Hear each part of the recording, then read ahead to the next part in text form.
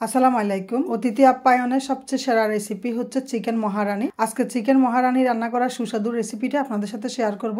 এখানে কিছু মশলা বেটে নেব, সেজন্য জয়ত্রী নিয়েছি, কাজু বাদাম, এরপরে পেঁয়াজ নিয়েছি বড় সাইজের একটা, কাঁচামরিচ 5-6টা, আদা নিয়েছি 2 টুকরা, আদাগুলো এখন ছোট টুকরো করে নিচ্ছি।